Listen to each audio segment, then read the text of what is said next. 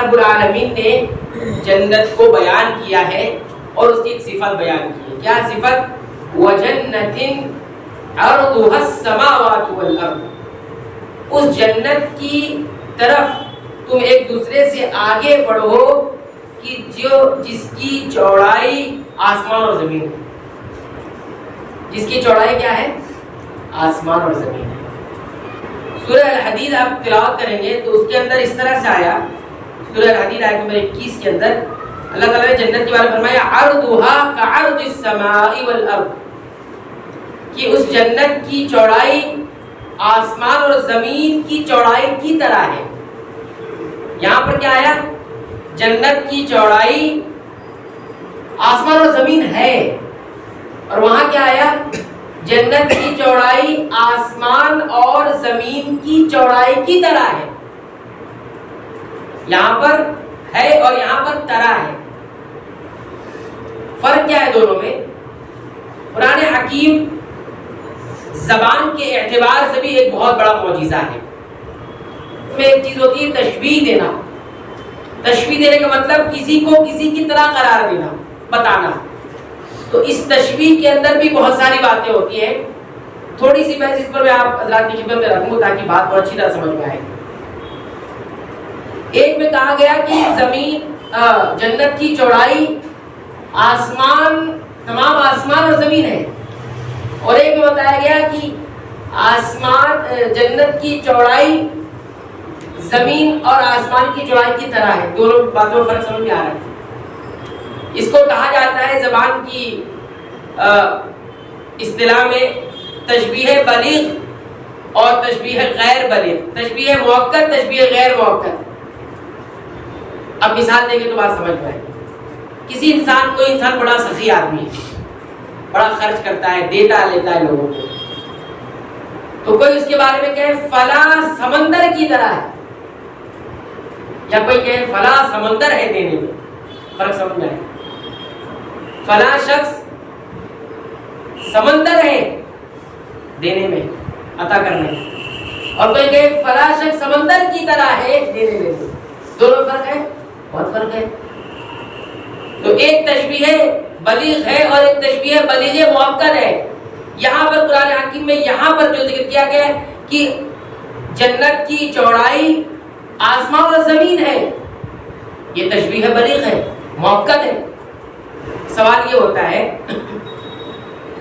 کیا اس بات سے یہ لازم آتا ہے، کوئی سمجھنے والا یہ سمجھے گا جنت کی چوڑائی کا ذکر کیا گیا اور کہا گیا کہ جنت کی چوڑائی آسمان اور زمین ہے، اور وہ زبان سے واقف نہیں ہے کہ عربی زبان کی باریکیاں اور عربی زبان کے اسلوب کیا کیا ہوتے ہیں. وہ یہ کہتے ہیں کہ جب زمین و آسمان کو جنت کی چوڑائی قرار دیا گیا تو گویا جنت کہاں ہے؟ یہی زمین و آسمان سے بھری ہوئی ہے، کیونکہ چوڑائی اس کی کیا ہے؟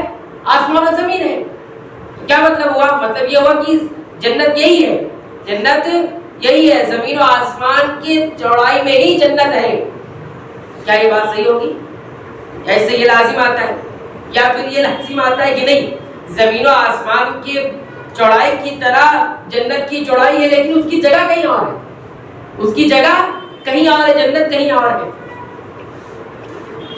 تو صحیح بات یہی ہے کہ جنت کہیں اور ہے لیکن اس کی جو چوڑائی ہے وہ کہاں ہے؟ چوڑائی کتنی ہے؟ زمین و آسمان کے برابر، تمام آسمان اور تمام زمین کی چوڑائی کے برابر ہے. اب یہ سوال پیدا ہوتا ہے کہ جنت ہے کہاں؟ صحیح بخاری کی روایت ہے، اللہ کے نبی صلی اللہ علیہ وسلم نے صحابہ کرام سے کہا کہ جب تم اللہ سے مانگو، سوال کرو، فاسألوہ الفردوس، تم اس سے فردوس مانگو. کیا مانگو؟ فردوس مانگو. فردوس کیا ہے؟ فرمایا فإنہ اعلی الجنہ، یہ جنت کا سب سے اونچا مقام ہے، سب سے بلند درجہ ہے. ایک روایت میں اس طرح آیا فإنہ اوسط الجنہ، یہ فردوس جنت کا درمیان ہے. اوسط کے بہت سارے معنی آتے ہیں، بیچوں بیچ جنت کا جو مقام ہے وہ فردوس ہے اور سب سے اونچا ہے. اور اوسط کا ایک معنی یعنی درمیان جو ہوتے ہیں سب سے اعلیٰ قسم کی جگہ ہے فردوس. دونوں معنی آتے ہیں. پھر فرماتے ہیں وَمِنْهُ تُفَجِّرُ أَنْهَارُ الْجَنَّةِ، اسی فردوس جنت کے اسی طریقے سے نہریں جاری ہوتی. جنت میں کتنی نہریں جاری ہوتی؟ 4 نہریں. کتنی نہریں؟ 4 نہریں. مثل الجنة التي وعد المتقون فيها أنهار من ماء غير آسن وأنهار من لبن لم يتغير طعمه وأنهار من خمر لذة للشاربين وأنهار من عسل مصفى. قرآن حکیم پڑھی ہے، کتنا لطف ہے اس کے اندر. کہ جنت میں اس جنت کی مثال کی جو مومنوں کے لیے، متقیوں کے لیے تیار کی گئی ہے، اس میں کیا ہے؟ فیہا انہار من ماء غیر آسن. اس میں نہریں ہیں کس کی؟ ایسے پانی کی، غیر آسن، جو کبھی سڑتا ہی نہیں ہے. فیہا انہار من ماء غیر آسن. پانی سڑ جاتا ہے، کیڑے پڑ جاتے ہیں، تھوڑے دن پانی رکھو باسی ہو جاتا ہے، پانی سنبھال نہیں سکتا ہے انسان. لیکن جنت میں جو نہر یہاں سے نکل رہی ہے، یہ کیسی نہر ہے؟ من ماء غیر آسن وانہار من لبن لم یتغیر طعمہ. دوسری نہر جو جنت میں وہ کون سی ہے؟ وانہار من لبن، دودھ کی نہر. لم یتغیر طعمہ، ایسا دودھ جس کا مزہ بھی نہیں بدلتا. من ماء غیر آسن وانہار من لبن لم یتغیر طعمہ، اس کا ذائقہ، ٹیسٹ لم یتغیر، تبدیل نہیں ہوتا. وانہار من خمر، اور شراب کی نہریں، لذت للشاربین، جو پینے والے کو بڑا سرور دے گی، بڑا لذت دے گی. اچھا، دنیا کی شراب کیا ہے؟ نقصان پہنچاتی ہے. دنیا کی شراب کیا؟ عقل کو معاف کر دیتی ہے. دنیا کی شراب کیا ہے؟ اتنا آدمی پی کر لڑک جاتا ہے، صحیح غلط کی تمیز نہیں رہ جاتی، جرائم کرتا ہے، گناہ کرتا ہے. لیکن یہ شراب کیسی ہے؟ وانہار من خمر لذت للشاربین، پینے والوں کو بڑا لذت دے گی. 3 نہر ہو گئی. چوتھی نہر وانہار من عسل مصفى. کتنا الفاظ دیکھیے، کتنے خوبصورت الفاظ ہیں. ایک نہر ہوگی عسل کی، ہنی، شہد کی نہر، اور شہد بھی کہتا مصفى، بالکل خالص. آج خالص شہد کوئی ڈھونڈ کر دکھا دے، لا کر دکھا دے. من عسل مصفى. یہ 4 نہریں کہاں سے نکل رہی ہیں؟ یہ 4 نہریں جنت میں ہوگی. جس چیز کو جتنا آپ پہچانیں گے اتنا اس کی چاہت بڑھے گی. جس چیز کو آپ جتنا جانیں گے اتنی اس کی چاہت. یہ قرآن حکیم نے بیان کیے، اس کی طرف بھاگو. تو فرمایا کہ یہ جو جنت کا اعلیٰ حصہ ہے، فردوس مانگنا ہے، یہ اعلیٰ حصہ ہے. درمیان کا حصہ، یہیں سے نہریں نکلتی ہیں، اور اسی کے اوپر رحمان کا عرش ہے. اسی کے اوپر رحمان کا، یعنی اللہ رب العالمین کا عرش ہے. تو معلوم یہ ہوا، ایک روایت میں اس طرح آیا کہ جنت کہاں ہے؟ 7 آسمانوں کے اوپر اور عرش کے نیچے. بات کلیئر ہو گئی؟ سنت میں اتنا بتایا، ہمارا ایمان اتنا. پھر ہم عقلی گھوڑے نہیں دوڑائیں گے. ایک بات تو یہ بتائی جا رہی ہے کہ جنت کے بارے میں یہ بتایا گیا کہ جنت جو ہے اس کی چوڑائی زمین و آسمان کی چوڑائی کی طرح ہے. تو کچھ سوال پیدا ہوتے ہیں کہ یہ کیا معنی ہوگا کہ جنت کی چوڑائی کو اللہ رب العالمین نے آسمان اور زمین کی چوڑائی سے تشبیہ دے دی ہے. غور کرنے کا پہلو ہے کہ نہیں ہے؟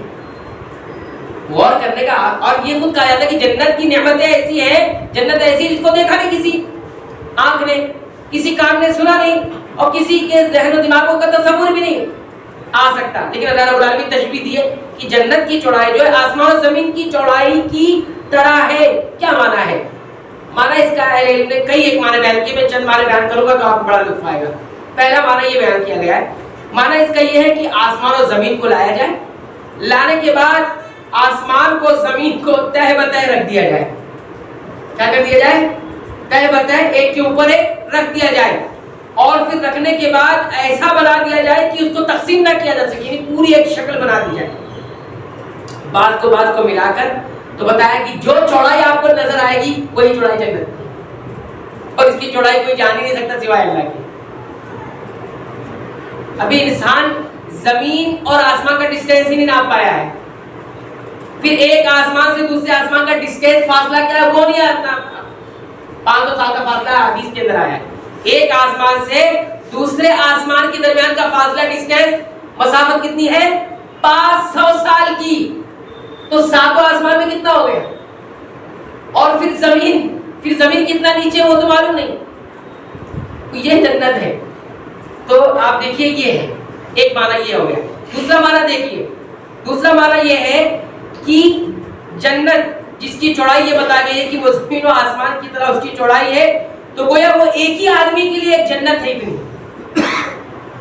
کیونکہ کیا کہا گیا، وَسَارِعُوا إِلَىٰ مَغْفِرَةٍ مِّن رَّبِّكُمْ وَجَنَّةٍ، دوڑو اللہ کی مغفرت کی طرف اور جنت کی طرف. دوڑے گا میں بھی، دوڑیں گے آپ بھی. کتنے انسان دوڑیں گے؟ سب دوڑیں گے. سب کو وہی جنت ہے جس کی چوڑائی زمین و آسمان کے برابر ہے.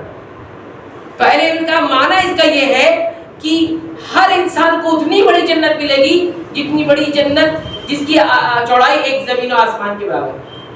کیونکہ مجھے تو وہی جنت چاہیے. بندہ جب اللہ کی مغفرت حاصل کرے گا تو کیا کہے گا، اب تو بادشاہ ہے، تو مجھے وہی جنت دے جس کی بیان تو نے کیا کہ وہ زمین و آسمان کے برابر اس کی چوڑائی ہے. تو ہر ایک آدمی کو اتنی بڑی ہے. سبحان اللہ. یہ بھی ایک معنی بیان کیا گیا ہے، کیونکہ آدمی اسی کی رغبت کرتا ہے جو اس کی ملکیت بنتی ہے. اب جب اللہ کی مغفرت اس نے حاصل کر لی اور اس کی مغفرت کا معنی کیا ہے، جنت ملے گی، تو جنت اس کی ملکیت ہوئی کہ نہیں ہوئی اللہ رب العالمین کی طرف سے. تو وہ جنت مجھے وہی چاہیے جس کی مقدار زمین و آسمان کے برابر. اچھا، تیسرا معنی آپ غور کیجیے. تیسرا معنی یہ بیان کیا گیا ہے کہ ارض عربی زبان میں اس لیے بھی استعمال ہوتا ہے کہ جب کوئی آدمی کسی سامان کا تبادلہ کرتا ہے، سودا کرتا ہے، بھائی یہ آپ یہ لے لیجیے، اس کے بدلے مجھے یہ دے دیجیے. بیع و شراء، خرید و فروخت کرتا ہے تو اس کے لیے لفظ استعمال ہوتا ہے عرض، اور یہاں عرض کا لفظ استعمال ہوا ہے. کہتے ہیں کہ اگر کوئی انسان یہ چاہے جنت کی قیمت لگا سکے، جنت کی قیمت لگانا چاہے اسے، تو کیا قیمت بن سکتی ہے؟ قیمت یہ بن سکتی ہے کہ اگر کوئی چاہے کہ جنت کو زمین و آسمان کے بدلے بیع و شراء کے طور پر پیش کرے، تو یہ زمین و آسمان کا جتنا حصہ ہے یہ قیمت بنے گا. جنت کیا بنے گا؟ جنت کی قیمت بنے گا. یہ سب معنی اس میں بیان کی گئی. ضروری ہے کہ معنی بالکل صحیح و درست ہو، لیکن کیونکہ تشبیہ دی گئی ہے تو کچھ نہ کچھ حصہ اس میں ضرور آتا ہے. تو یہ اس طرح سے ہو گئے. اب آدمی جس چیز کی ویلیو جتنی جانتا ہے اس کے لیے اتنا کوشش کرتا ہے. آج ہمارے نزدیک دنیا کی ویلیو زیادہ ہے تو ہم اس کے پیچھے بھاگ رہے ہیں. اللہ کی مغفرت کی ویلیو شاید نہیں ہے ہمارے پاس تو ہم اس کی مغفرت کی طرف دوڑ ہی نہیں رہے، ہم اس کی جنت کی طرف دوڑ ہی نہیں رہے. ایک سوال ہے، سوال یہ ہے کہ جنت کی چوڑائی کو زمین و آسمان کی چوڑائی سے تشبیہ دی گئی ہے، کیوں دوڑی دی گئی ہے؟ مقصود یہ ہے کہ جنت اتنی وسیع ہے کہ اس کو بیان نہیں کیا جا سکتا. ہاں، ہماری نگاہوں کے سامنے دو بڑی مخلوق ہے، ایک ہے آسمان، ایک ہے زمین. تو اس کے بعد کچھ بچا نہیں، تو انسانوں کو سمجھانے کے لیے رب نے یہی تشبیہ بیان کی. اس کے بعد تو چوڑائی میں کوئی چیز بچتی ہے نہیں، بچے گی. چوڑائی میں کوئی چیز بچتی ہے کہ جس کو ہم تشبیہ بیان کریں؟ کوئی چیز نہیں. زمین و آسمان، ہم لوگ خود کہتے ہیں یار زمین و آسمان کے قلابے ملا دی اس نے تعریف کرنے میں. تو سب سے لمبی طویل چیز یہی ہمارے سامنے، اس کے علاوہ کوئی چیز آئی نہیں. تو اللہ رب العالمین نے اس لیے بھی یہی بیان کیا. ایک سوال ہے، دنیا میں سب سے ہوشیار لوگ کون ہیں؟ سب سے ہوشیار لوگ، سب سے ہوشیار لوگ صحابہ کرام. کون ہے؟ صحابہ کرام. کیوں ہوشیار ہے؟ انہوں نے اسی دنیا میں اللہ کی رضا حاصل کر لی اور چلے گئے جنت. اللہ کی رضا حاصل کر لی اور دنیا سے چلے گئے. جیتے تو سب ہیں، سب جیئیں گے، کتے بلیاں بھی جیتے ہیں، کھائیں گے 50 سال 40 سال 60 سال، لیکن اصل یہ ہے کہ اللہ کی رضا کون حاصل کرے. سب سے عظیم ہستیاں انبیاء کے بعد جو تھی، سب سے ہوشیار ہستیاں وہ کون تھی؟ صحابہ کرام کی تھی. اور انہوں نے سب سے بڑا کارنامہ انجام دیا کہ اس کائنات میں رہ کر اللہ کو پہچانا اور اللہ کو پہچان کر اس کی رضا حاصل کر کے گئے. رضی اللہ عنہم ورضوا عنہ. اللہ ان سے راضی ہو گیا، وہ اللہ سے راضی ہو گئے. اللہ تعالیٰ سے دعا ہے کہ رب العالمین تو ہمیں اپنی رضا عطا فرما دے اور اس رضا کا جو بدلہ ہے جنت عطا فرما. آمین.